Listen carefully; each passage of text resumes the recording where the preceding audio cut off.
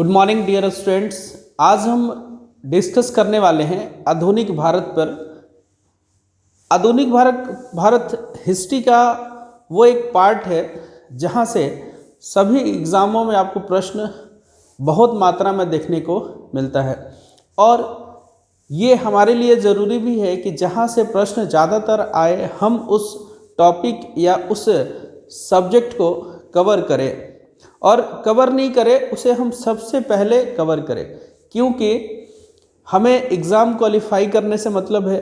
और आपको सबसे बड़ी चीज़ क्या कि किसी भी आप एग्ज़ाम की तैयारी करते हो तो आपको जानकारी क्या होना चाहिए, उस एग्ज़ाम का प्रॉपर सिलेबस की जानकारी होना चाहिए, ताकि आप क्लैरिफाई कर सके कि कौन सा टॉपिक आपको छोड़ना है और कौन सा टॉपिक आपको पढ़ना है।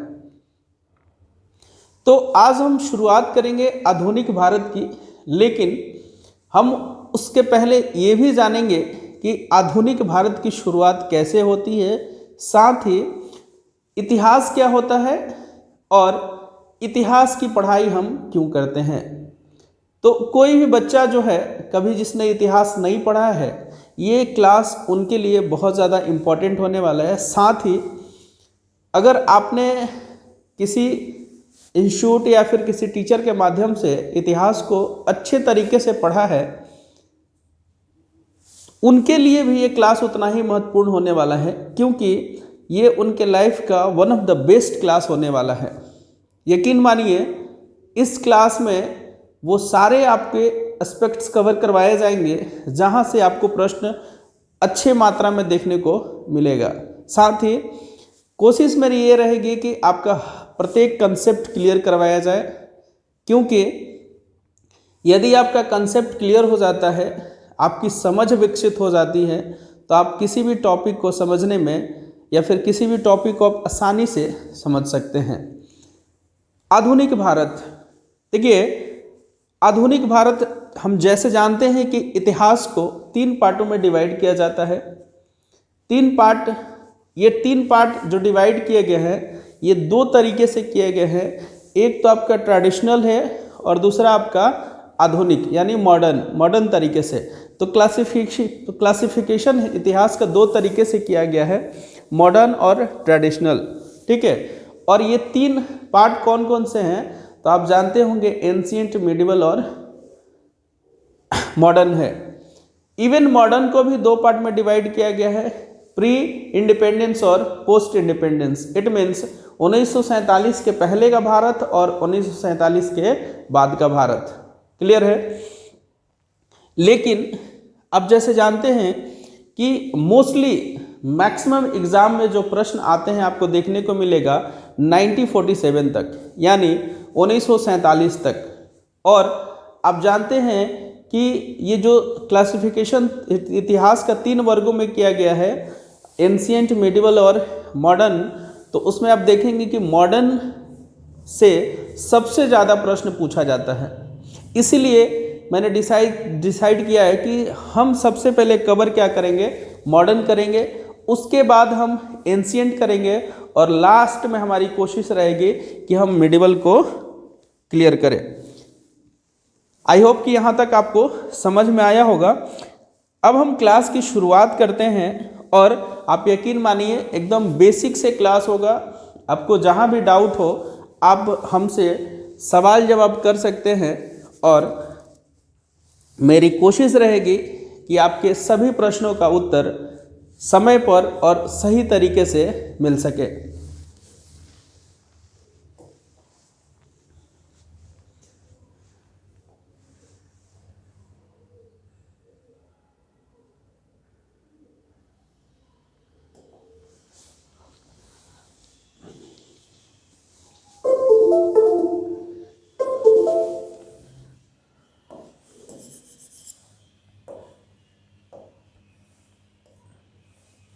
आज हम बात करने वाले हैं इतिहास।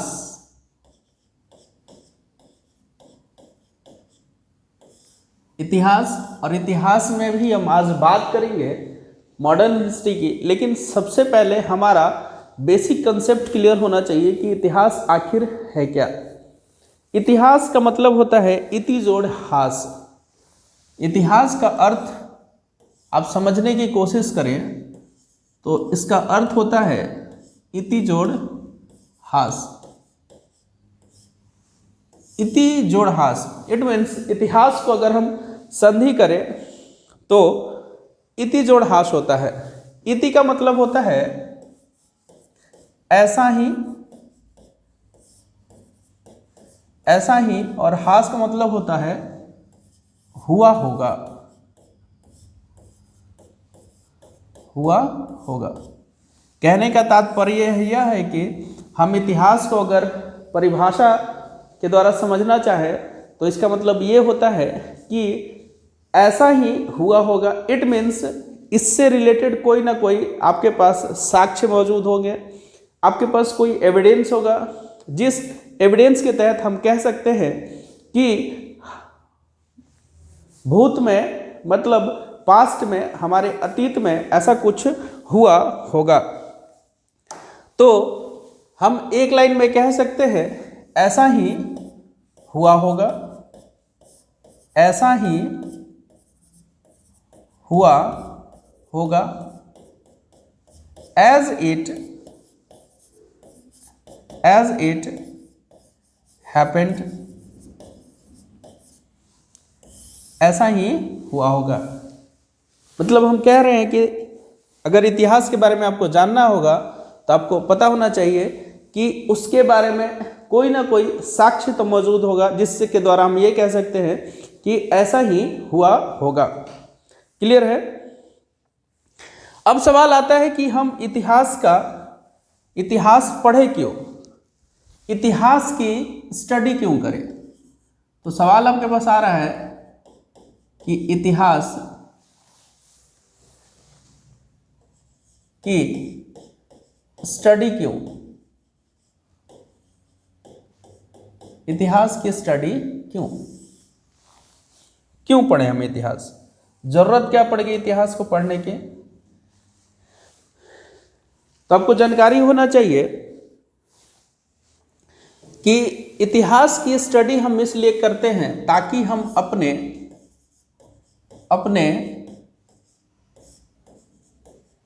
अतीत के बारे में,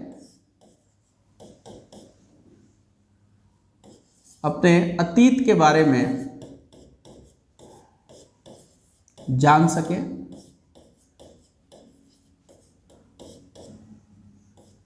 to know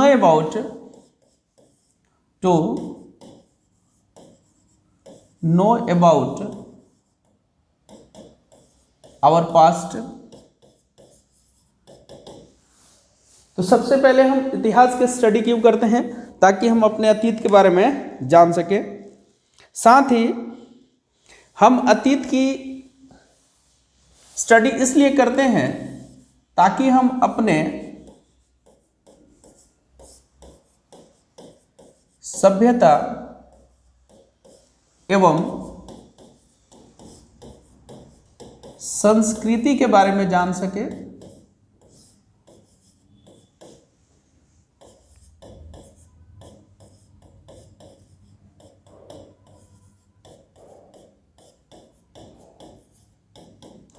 To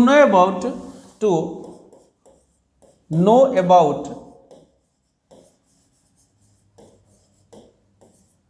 our civilization and culture। तो हम इतिहास की स्टडी इसलिए करते हैं ताकि हम अपने सभ्यता और संस्कृति के बारे में जान सके। तो आप सभी के मन में एक प्रश्न आ रहा होगा कि ये सभ्यता क्या है और संस्कृति क्या है, तो इसे भी थोड़ा सा हम जान लेते हैं। सभ्यता क्या है, व्हाट इज सिविलाइजेशन,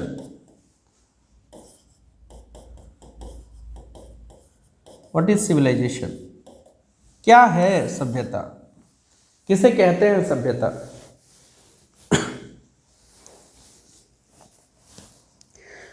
समझिएगा, सिविलाइजेशन सिविलाइजेशन वो चीज़ है जिससे हमें अपने अपने भौतिक दृश्य, भौतिक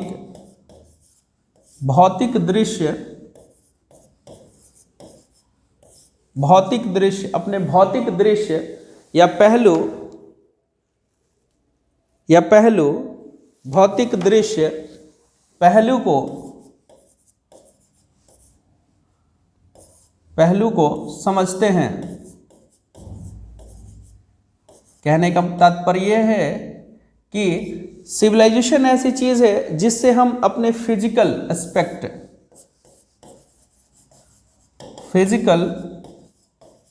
एस्पेक्ट को समझते हैं।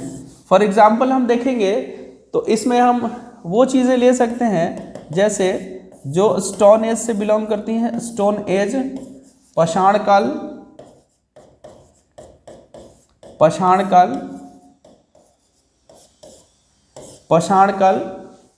इसका एग्जाम्पल क्या हो सकता है? पाषाण काल हो सकता है, स्टोन एज हो सकता है। और आप इसका एग्जाम्पल के तौर पे क्या देख सकते हैं? इंडस वैली सिविलाइजेशन देख सकते हैं।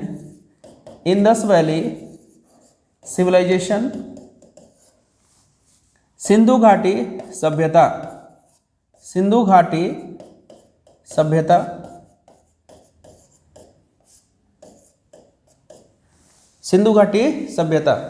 तो सभ्यता क्या है? अपने भौतिक पहलू को समझने के लिए हम सिविलाइजेशन को समझते हैं, और सिविलाइजेशन इसे समझने के लिए जैसे हम एग्जाम्पल के तौर पर स्टोन एज या इंडस वैली सिविलाइजेशन को समझ सकते हैं। दूसरा प्रश्न ये उठता है कि कल्चर क्या है, संस्कृति क्या है? What is culture? What is culture? संस्कृति क्या है?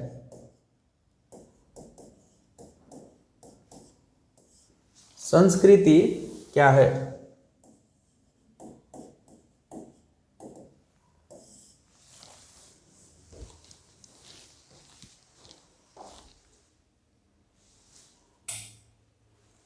संस्कृति क्या है? तो देखिए, सिविलाइजेशन में हम समझ रहे थे भौतिक पहलू को, लेकिन कल्चर में हम समझते हैं भौतिक के साथ भौतिक दृश्य प्लस अदृश्य पहलू। हम इसमें भौतिक दृश्य प्लस अदृश्य पहलू को समझने का प्रयास करते हैं। कहने का तात्पर्य है कि विजिबल एस्पेक्ट्स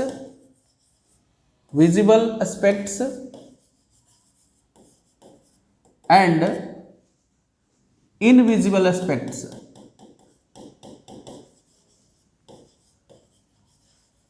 को ही हम कल्चर कह सकते हैं। कल्चर इट मीन्स, कहने का मतलब ये है कि, या फिर आप समझ सकते हैं कि कल्चर जो है एक ब्रॉड एस्पेक्ट है और सिविलाइजेशन जो है उससे छोटा है। हम तो कह सकते हैं कि ये क्या है, ये पूरा है हमारा कल्चर, और इसी के अंदर एक आता है सिविलाइजेशन। मतलब कल्चर क्या है? कल्चर एक छोटा है कि कल्चर एक बड़ा एस्पेक्ट है और सिविलाइजेशन उसी के अंदर एक छोटा एस्पेक्ट है। मतलब सिविलाइजेशन छोटा है और कल्चर बड़ा है। अगर हम कल्चर पढ़ते हैं तो उसमें हमें सिविलाइजेशन भी देखने को मिलता है। फॉर एग्जांपल आप देखेंगे वैदिक कल्चर की पढ़ाई करते हैं, वैदिक काल, वैदिक संस्कृति की पढ़ाई करते हैं। फॉर एग्जांपल वैदिक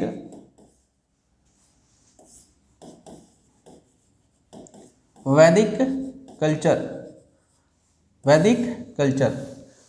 कहने का तात्पर्य है कि ये जो अदृश्य है, इनविजिबल एस्पेक्ट्स है, ये क्या होता है? तो आप जैसे पढ़ते हैं सोसाइटी के बारे में, समाज के बारे में, सोसाइटी, समाज, पॉलिटिक्स के बारे में पढ़ते हैं आप, पॉलिटिक्स। फिर आप पढ़ते हैं रिलीजियस के बारे में पढ़ते हैं, रिलीजियस। फिर आप पढ़ते हैं एथिक्स के बारे में पढ़ते हैं, एथिक्स। फिर इसके बाद आप पढ़ते हैं इकोनॉमिकल कंडीशन पढ़ते हैं, इकोनॉमिक्स के बारे में। तो ये सभी क्या हो गए आपके इनविजिबल एस्पेक्ट्स हो गए, मतलब अदृश्य पहलू हो गया।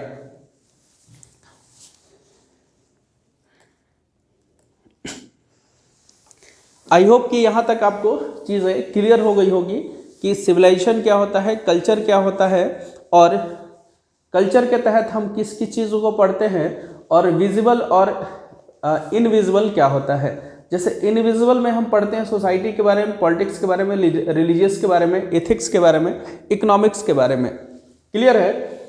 अब हम नेक्स्ट समझते हैं कि हिस्ट्री का क्लासिफिकेशन कैसे किया गया है। तो सबसे पहले हमें जानना होगा कि हिस्ट्री, इतिहास,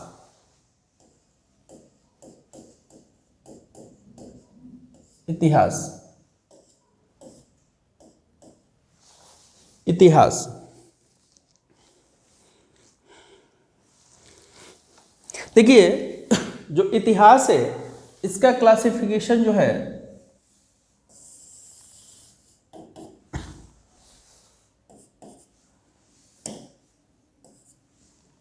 इसका क्लासिफिकेशन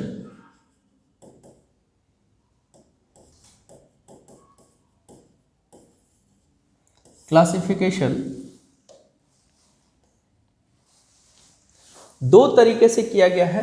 पहला जो है वो है ट्रेडिशनल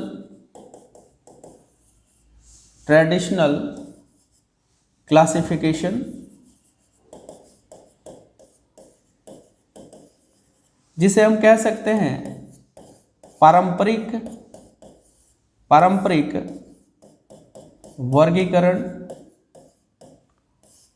वर्गीकरण, और दूसरा जो है मॉडर्न क्लासिफिकेशन,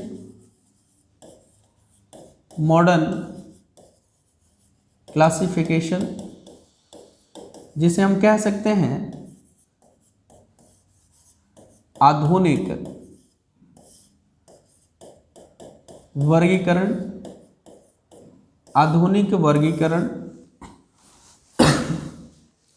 वर्गीकरण। अगर हम समझें कि ट्रेडिशनल क्लासिफिकेशन कैसे किया गया है, तो हम ऐसे समझ सकते हैं। ट्रेडिशनल क्लासिफिकेशन को हम यूं समझ सकते हैं, ट्रेडिशनल क्लासिफिकेशन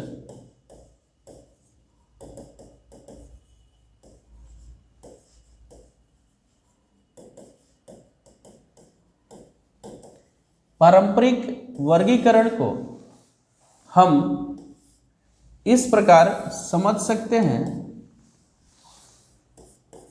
एक विद्वान थे जिन्होंने बताया था, J.S. मिल, इस क्लासिफिकेशन को देने वाले J.S. मिल थे।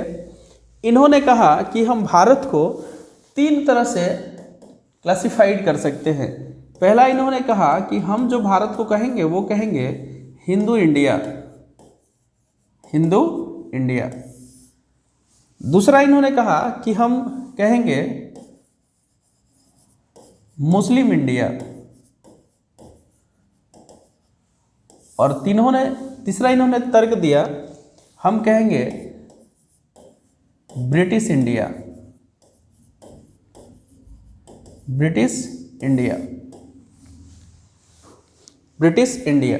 हिंदू भारत, मुस्लिम भारत और अंग्रेज भारत। इन्होंने कहा कि जो अर्लीस्ट टू 1206 AD, ये क्या है आपका, ये हिंदू इंडिया का काल माना जाता है। मतलब टाइम पीरियड क्या है, अर्लीस्ट टू 1206, प्रारंभ से लेकर के 1206 तक इन्होंने कहा कि आपका ये होगा। फिर इन्होंने कहा कि 1206 से लेकर के 1707 AD, इन्होंने कहा कि ये क्या माना जाएगा, ये माना जाएगा मुस्लिम इंडिया, मुस्लिम इंडिया। साथ ही इन्होंने तर्क दिया कि हम ये भी मान सकते हैं कि 1757 जब प्लासी का युद्ध होता है तब तक, ठीक है। फिर इन्होंने तर्क दिया कि हम ब्रिटिश इंडिया मानेंगे 1707 एडी से लेकर के 1947, 1707 से लेकर के 1947 एडी, ये इनका तर्क था। इन्होंने इसको बताया पारंपरिक क्लासिफिकेशन, ट्रेडिशनल क्लासिफिकेशन, इन्होंने इसका जिक्र किया। तो और दूसरी तरफ हम देख रहे हैं मॉडर्न क्लासिफिकेशन को,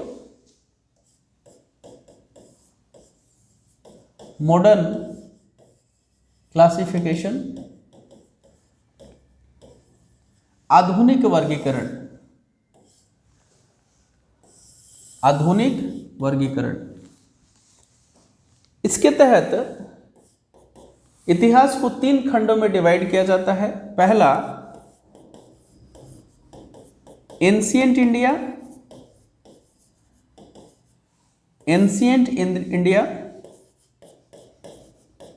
प्राचीन भारत, दूसरा मिडिवल इंडिया,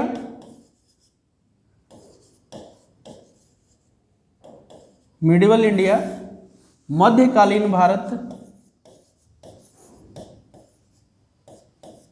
मध्यकालीन भारत, और तीसरा मॉडर्न इंडिया, मॉडर्न इंडिया, आधुनिक भारत।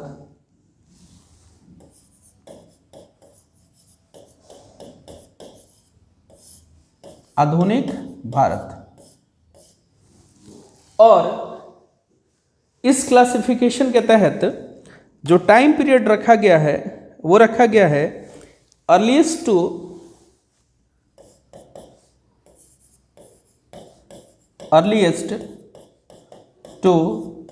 750 एडी, मतलब प्रारंभ से लेकर के 750 एडी,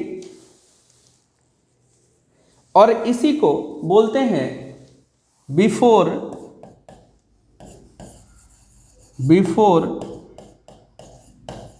फ्यूडलिज्म, मतलब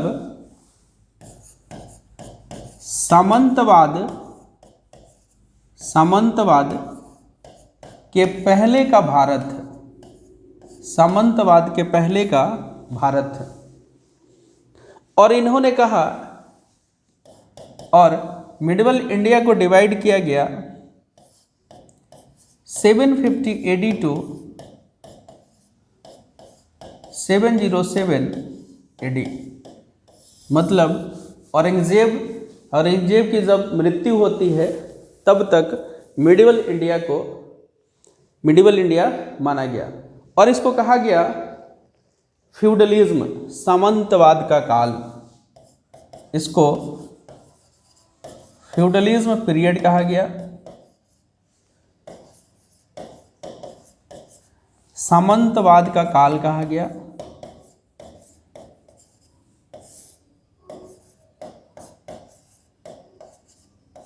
सामंतवाद का काल माना जाता है। और तीसरा हम देखते हैं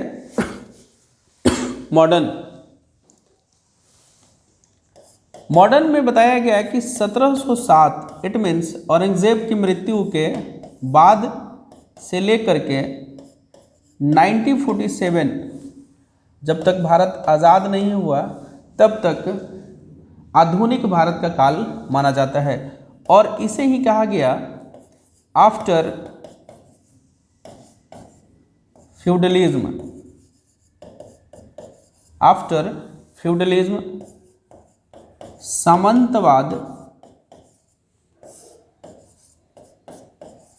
के बाद का भारत, सामंतवाद के बाद का भारत कहा गया।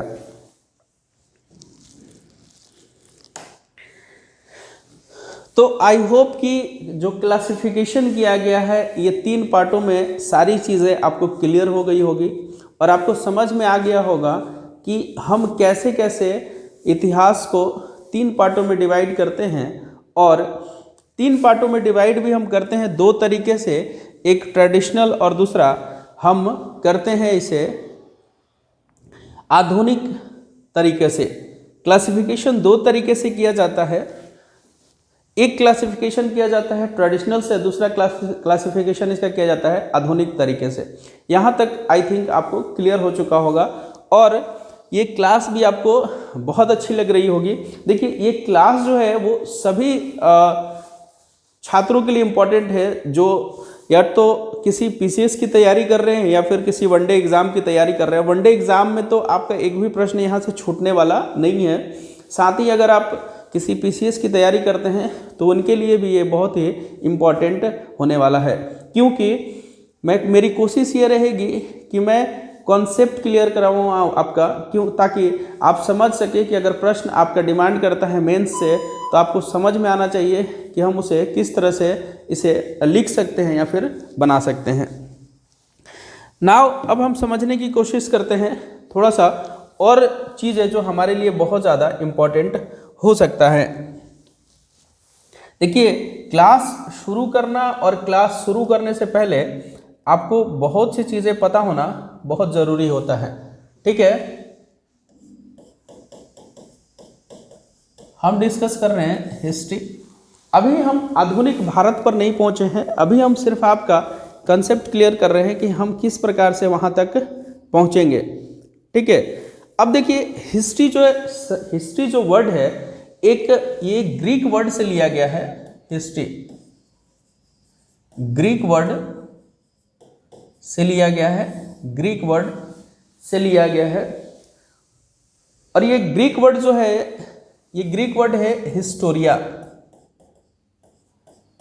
हिस्टोरिया हिस्टोरिया साथ ही मेरी कोशिश पूरी रहेगी कि मैं इस क्लास को बाइलिंगुअल करवाऊं, क्योंकि बहुत सारे छात्रों का प्रश्न ये रहता है कि हमें YouTube के माध्यम से बाइलिंगुअल क्लास नहीं मिल पाता है, साथ ही वो कंटेंट नहीं मिल पाता है जहां से प्रश्न हमें आसानी से देखने को मिले। ठीक है, अब देखिए ये जो हिस्टोरिया वर्ड है एक ग्रीक वर्ड है, तो कोई तो होगा जो ये हिस्टोरिया नाम रखा होगा। तो एक व्यक्ति का नाम आता है, एक ग्रीक पर्सन रहते हैं, ग्रीक पर्सन, इनका नाम है हेरोडोटस। हेरोडोटस हेरोडोटस ये वो व्यक्ति है जिसने बताया कि इतिहास होता क्या है। सबसे पहले इसने इतिहास को डिफाइन किया, इसने सबसे पहले बताया कि इतिहास क्या होता है। कैसे बताया इन्होंने, तो इसने एक किताब लिखा, इसने एक बुक लिखा और उस किताब का नाम रखा हिस्टोरिका। इसने एक किताब लिखा और उसका नाम रखा हिस्टोरिका। तो सबसे पहले इसने अपने पास्ट के बारे में एक बुक में लिखा, जिससे हमें पता चला कि इतिहास वो चीज़ होता है जब हम अपने पास्ट के बारे में स्टडी करते हैं और अध्ययन करते हैं। और इसीलिए इस व्यक्ति को फादर ऑफ हिस्ट्री या इतिहास का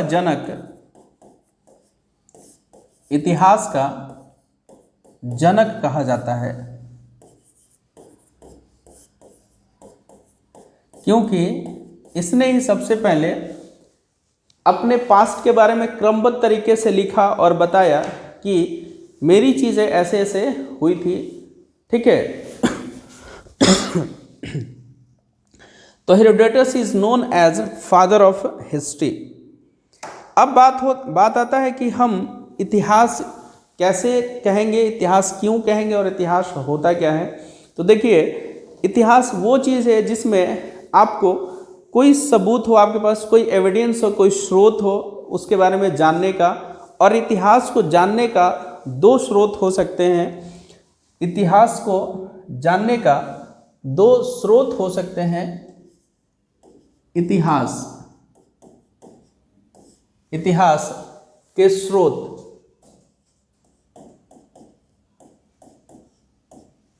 इतिहास के स्रोत।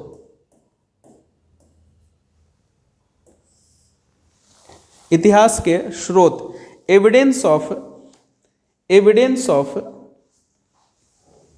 Sources of history. क्लियर है? तो ये दो हो सकता है। एक क्या हो सकता है? एक तो हो सकता है आर्कियोलॉजिकल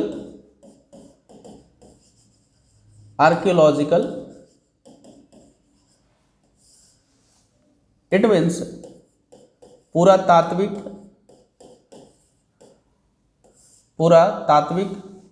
और दूसरा हो सकता है लिटरेरी साहित्यिक। समझिएगा, इतिहास को दो तरीके से हम जान सकते हैं। या तो सबूत किस माध्यम से होगा, या तो पुरातात्विक माध्यम से जो खुदाई किया होगा, एक्सकवेशन में प्राप्त हुए होंगे, और दूसरा वो हो सकते हैं जो साहित्यिक हो, लिटरेरी हो, जो कहीं लिखा पढ़ा गया होगा। अब आर्कियोलॉजिकल में जैसे हम देखते हैं इंस्क्रिप्शन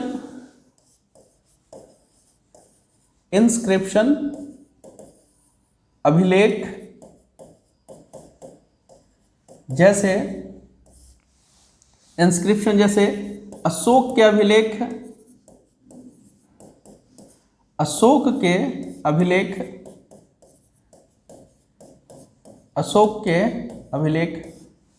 एक बात मैं आपको बता दूं कि सबसे पुराना अभिलेख जो है अशोक का अभिलेख है, और इसे सबसे पहले स्टडी, इसके अभिलेख को सबसे पहले स्टडी 1837 में जेम्स प्रिंसेप के द्वारा किया गया था। तो पहला हो गया इंस्क्रिप्शन। दूसरा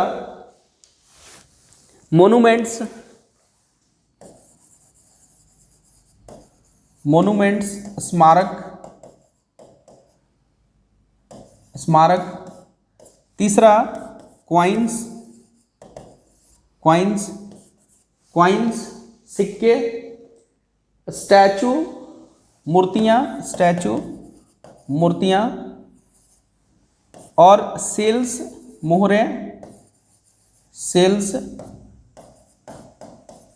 मोहरे। तो आर्कियोलॉजिकल के ये सारे एविडेंसेस आपको मिल सकते हैं। Inscription, monuments, coins, statue, seals, ये सारे। दूसरी तरफ हम देखते हैं लिटरेरी सोर्सेज, साहित्यिक स्रोत। तो इसमें वे सभी स्रोत आते हैं जो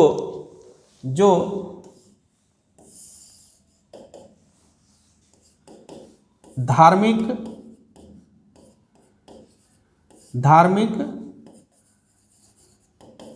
रिलीजियस और गैर धार्मिक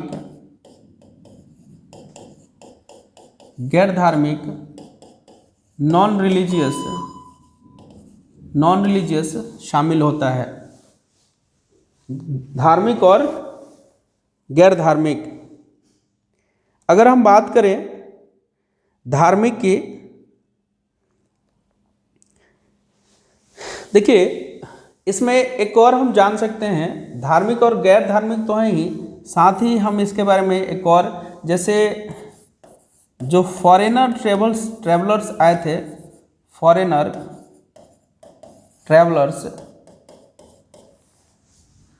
ट्रेवलर्स विदेशी यात्री, उनको भी हम इसमें रख सकते हैं।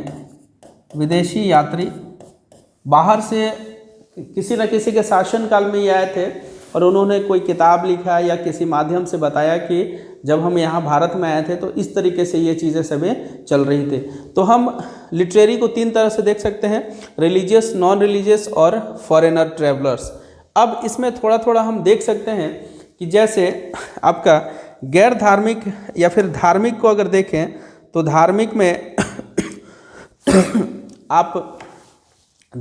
में आप फॉर एग्जाम्पल के तहत समझ सकते हैं बुद्धा, जैन, महाजनपद, ये सभी चीज़ों को समझ सकते हैं। अगर गैर धार्मिक में आप देखें तो आप देखेंगे कौटिल्य के द्वारा अर्थशास्त्र लिखा गया था, कौटिल्य के द्वारा अर्थशास्त्र लिखा गया था, मेगास्थनीज के द्वारा इंडिका लिखा गया था, मेगास्थनीज के द्वारा इंडिका लिखा गया था, कालिदास के द्वारा अभिज्ञान शाकुंतलम लिखा गया था। इस तरह से बहुत सारे आपको देखने को मिलेगा। साथ ही अगर विदेशी यात्रियों का विवरण का हम देखें तो हर्षवर्धन के काल में वेनसांग आया था, हर्षवर्धन के काल में वेनसांग आया था। चंद्रगुप्त के काल में आपको, चंद्रगुप्त द्वितीय के काल में आपको फाहियान आया था। मोहम्मद बिन तुगलक के समय में इब्न बतूता आया था और उसने एक किताब भी लिखा था जिसका नाम था रेहला। क्लियर है? तो धार्मिक को हम बुद्धा, जैन, महाजनपद तरीके से समझ सकते हैं। गैर धार्मिक को आप अर्थशास्त्र, इंडिका, अभिज्ञान शाकुंतलम, योग, बहुत सारे चीज़ें लिखी गई थी। फॉरेनर में आप वेनसांग, फाहियान, एत्सिंग, ठीक है, बहुत सारे ये भी इस समय भी आए थे, इनके माध्यम से हम समझ सकते हैं। तो आई होप कि यहाँ तक आपको चीज़ें क्लियर हो गई होगी। अब देखिए एक प्रश्न आता है कि जो आर्कियोलॉजिकल सर्वे है इसकी खुदाई कौन करवाता है, तो उसका नाम है ASI, archaeological survey of India, archaeological survey of India. इसकी स्थापना किया गया था अलेक्जेंडर कनिंघम के द्वारा, अलेक्जेंडर कनिंघम के द्वारा किया गया था 1861 में, और अलेक्जेंडर कनिंघम को ही कहा जाता है ASI का जनक।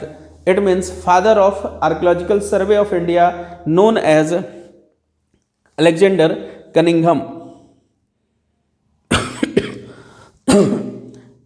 ये चीज़ें आपको समझ में आ गई होगी कि इतिहास क्या है, इतिहास को हम डिवाइड कैसे करते हैं और इतिहास को हम किन किन स्रोतों के माध्यम से समझ सकते हैं।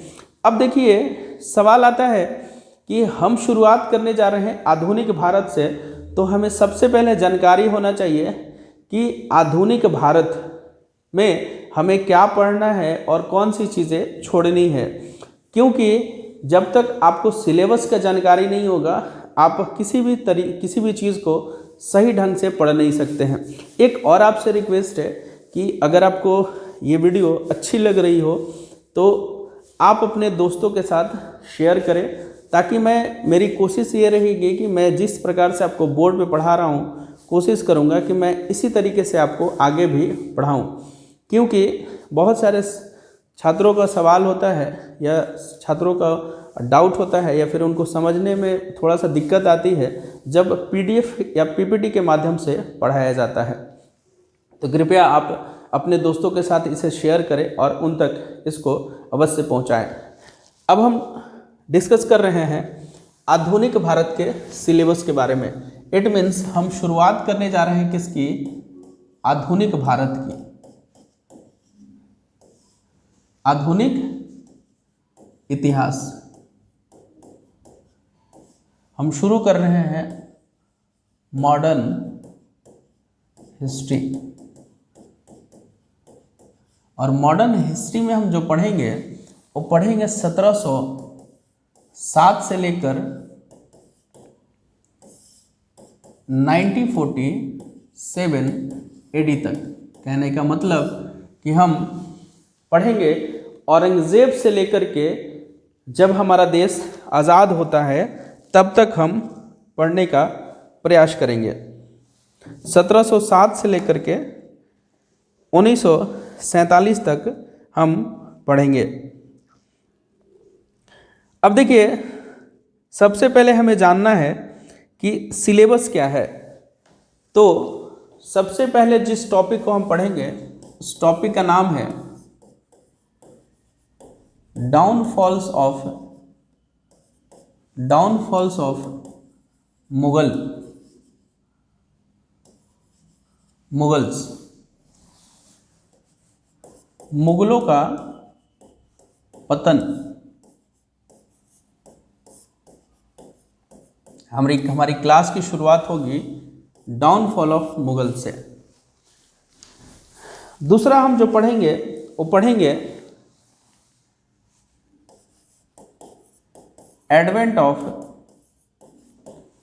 ऑफ यूरोपियंस, मतलब भारत में यूरोपियों का आगमन।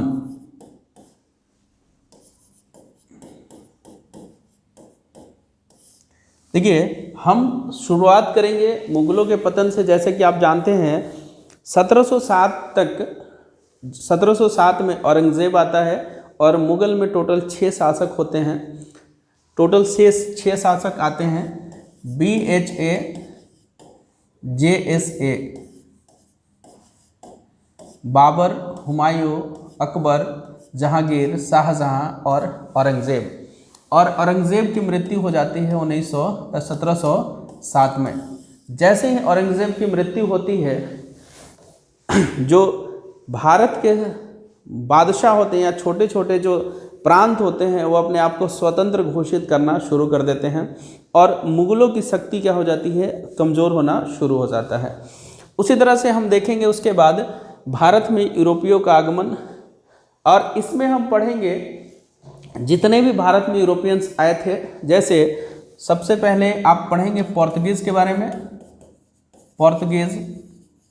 उसके बाद आप पढ़ेंगे डच के बारे में, फिर आप उसके बाद पढ़ेंगे इंग्लिश के बारे में, फिर आप उसके बाद पढ़ेंगे डेनिश के बारे में, फिर उसके बाद पढ़ेंगे आप फ्रेंच के बारे में, फिर उसके बाद पढ़ेंगे आप स्वीडिश के बारे में।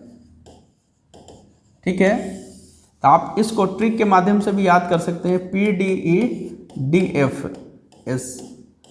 ठीक है, ये बाकी तो बहुत सी चीज़ें आपको क्लास में करवाई जाएगी जो आपको कहीं भी मिलने वाला नहीं है। क्लियर है? आगे जो तीसरा हमारा टॉपिक होगा वो होगा अंग्रेजों का भारत विजय। अंग्रेजों का भारत विजय, या फिर यूं कह लीजिए अंग्रेजों का भारत में विस्तार, एक्सपेंशन ऑफ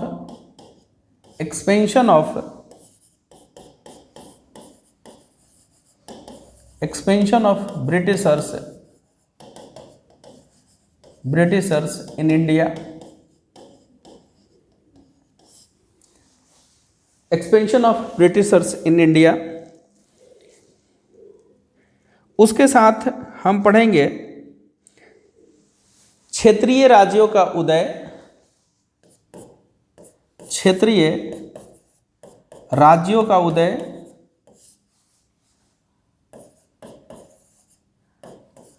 राज्यों का उदय, राइज ऑफ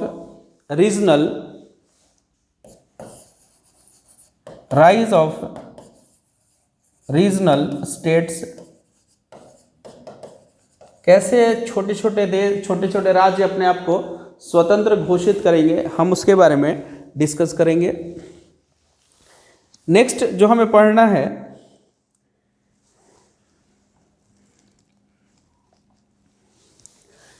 नेक्स्ट हम जो पढ़ेंगे वो हमारा रहेगा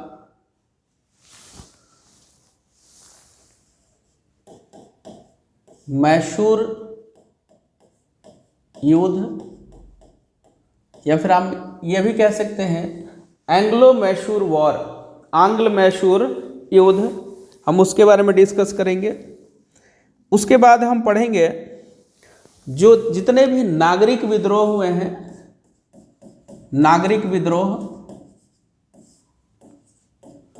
उसके बारे में पढ़ेंगे। और एक चीज़ बता दूं आपको, इसी एंग्लो मैसूर वॉर के पास हम लोग एंग्लो मराठा वॉर पढ़ेंगे, और जितने जो राज्य थे जैसे जैसे एक्सपेंड करते हैं अंग्रेज, हम उन सब के बारे में डिस्कस करेंगे। ठीक है, अगला हम जो पढ़ेंगे नागरिक विद्रोह पढ़ेंगे। नागरिक विद्रोह जो छोटे छोटे राज्यों में ब्रिटिशर्स के से प्रताड़ित होकर के उन्होंने विद्रोह किया था, संथाल विद्रोह, बहुत सारे ऐसे विद्रोह हैं जिनके बारे में हमें पढ़ना है। उसके बाद जो हमारे लिए सबसे इम्पोर्टेंट होगा वो होगा 1857 का विद्रोह, 1857 का विद्रोह, 1857 का विद्रोह, रिवोल्ट ऑफ 1857। ये हमारे लिए बहुत ही अहम मुद्दा होने वाला है और बहुत ही इम्पोर्टेंट टॉपिक होने वाला है, क्योंकि यहाँ से प्रश्न आपको बहुत देखने को मिलता है। इसके बाद जो हम पढ़ेंगे, जहाँ से प्रश्न आपको बहुत देखने को मिलता है, भारत में सामाजिक धार्मिक सुधार आंदोलन, सुधार, रिलीजियस रिफॉर्म,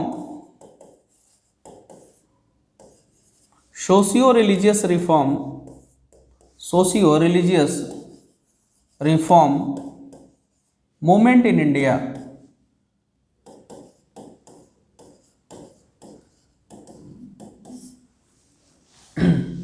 जितने भी जो सुधारक हैं, रिफॉर्मर हैं, सोशल वर्कर हैं, उनके बारे में हम डिस्कस करेंगे। राजा राम मोहन राय, दयानंद सरस्वती, रविन्द्रनाथ टैगोर, स्वामी विवेकानंद, हम सब के बारे में यहाँ पर डिस्कस करेंगे। यहाँ से प्रश्न आपको सीधे तौर पे देखने को मिलेगा। अब इसके बाद जो हमारे लिए इम्पोर्टेंट होगा वो होगा गांधी जी का उदय, मतलब गांधीयन, गांधी युग, गांधी युग,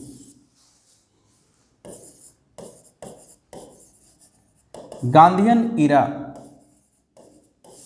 गांधीयन इरा।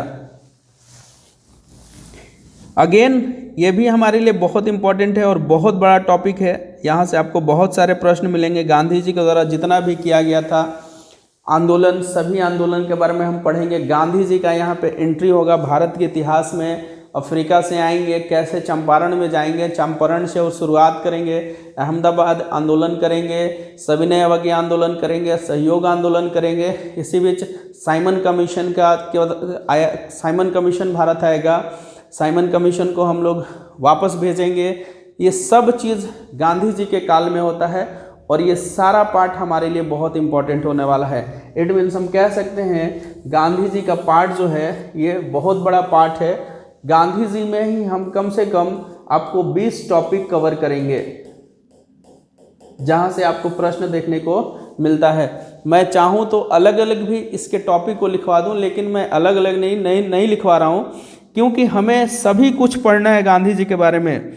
हर एक चीज़ गांधी जी के बारे में हमारे लिए इम्पोर्टेंट है। हर एक चीज़ हमें पढ़ना है गांधी जी से रिलेटेड। तो ये क्लास वैसे भी जब गांधी जी से शुरू होगा तो वहाँ से आपको बहुत सारे प्रश्न देखने को मिलेंगे। इसके साथ जो हम पढ़ेंगे, भारत में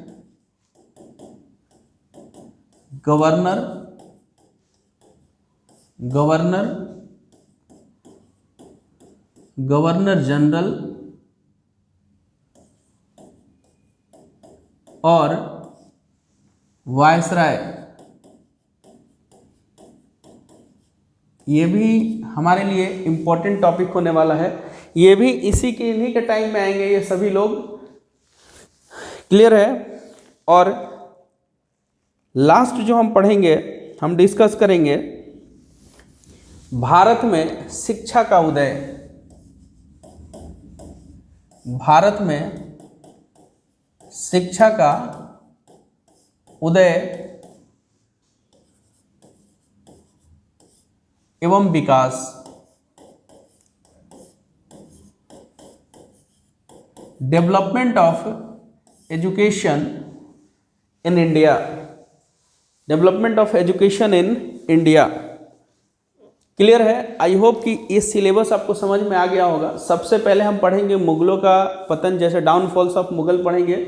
उसके बाद हम पढ़ेंगे एडवेंट्स ऑफ यूरोपियन, भारत में यूरोपियों का आगमन अंग्रेजों का भारत विजय पढ़ेंगे, क्षेत्रीय राज्यों का उदय पढ़ेंगे। उसके बाद हम डिस्कस करेंगे मैसूर युद्ध, मराठा युद्ध, बहुत सारे युद्ध होंगे इसी बीच में। फिर नागरिक विद्रोह, जितने भी नागरिक विद्रोह हुए थे, किसान विद्रोह हुए थे, उन सबको डिस्कस कर किया जाएगा। इसमें हम किसान विद्रोह भी पढ़ेंगे, किसान विद्रोह। इसके साथ 1857 का विद्रोह, वेरी इंपॉर्टेंट। भारत में सामाजिक धार्मिक आंदोलन को डिस्कस करेंगे, गांधीयन युग को पढ़ेंगे, गांधी इरा को पढ़ेंगे। उसके साथ भारत में गवर्नर जनरल, गवर्नर और वायसराय को डिस्कस करेंगे। उसके साथ भारत में शिक्षा का उदय कैसे होता है, उन सबको डिस्कस किया जाएगा। ये था पूरा आधुनिक भारत का सिलेबस, और इतिहास को हमें कैसे समझना है वो सब चीज़ों के बारे में आपको डिस्कस हमने कर दिया है। अगली क्लास में हम शुरू करेंगे डाउनफॉल्स ऑफ मुगल से, और आपको बताएंगे कि डाउनफॉल्स ऑफ मुगल, भारत में मुगलों के पतन की शुरुआत कैसे होती है, कैसे मुगल भारत से धीरे धीरे दफ़ा होना शुरू हो जाएंगे और उनकी जगह कौन लेना शुरू कर जाएगा, ब्रिटिश। तो पहले हमारा शोषण जो करते थे मुगल करते थे, जो अरब थे, तुर्की से आए थे, ये सारे आए थे और उन्होंने हमारा शोषण किया। अब इनकी जगह कौन लेंगे, अंग्रेज लेंगे, और वो आकर के हमारा शोषण करना शुरू करेंगे। और देखिए, ये हमेशा से हमारी एक चीज़ का, एक कमजोरी का फ़ायदा इन्होंने उठाया है, वो है यूनिटी, एकता। जैसे कि आप जानते हैं कि अभी भी आप देखें तो थोड़ा सा भारतीयों में एकता की कमी है, ठीक है, और उसी का फ़ायदा उठा करके उन्होंने हम पर लगभग 200 वर्षों तक शासन किया, राज किया। उसके पहले मुगलों ने हमारे ऊपर शासन किया, लेकिन हम देखेंगे कि जैसे ही अंग्रेज़ भारत में प्रवेश करते हैं, मुगलों का डिक्लाइनेशन, मुगलों का पतन कितनी तेज़ी से शुरू हो जाता है, आप उसको डाउनफॉल्स ऑफ मुगल में देखेंगे। मेरी कोशिश ये रहेगी कि वो सारे एस्पेक्ट्स जो आपके एग्ज़ाम से रिलेटेड हो, वो सब चीज़ को कवर करूं और साथ में आपको समझाते चलूं। आपको सिर्फ इतना करना है कि इस वीडियो को आप अपने दोस्तों के साथ साझा करें और उन तक शेयर करें, ताकि उनको भी कुछ फ़ायदा हो सके। अब दूसरी चीज़ आती है कि क्या ये क्लासेस रेगुलर रहेगी, तो जी हाँ, बिल्कुल ये क्लास रेगुलर होने वाली है। साथ ही अगर सब कुछ सही रहा तो ये क्लास का एक टाइम निर्धारण किया जाएगा और इसे लाइव चलाया जाएगा। तो मिलते हैं नेक्स्ट वीडियो में, जिसमें हम बात करेंगे डाउनफॉल्स ऑफ मुगल के बारे में। धन्यवाद।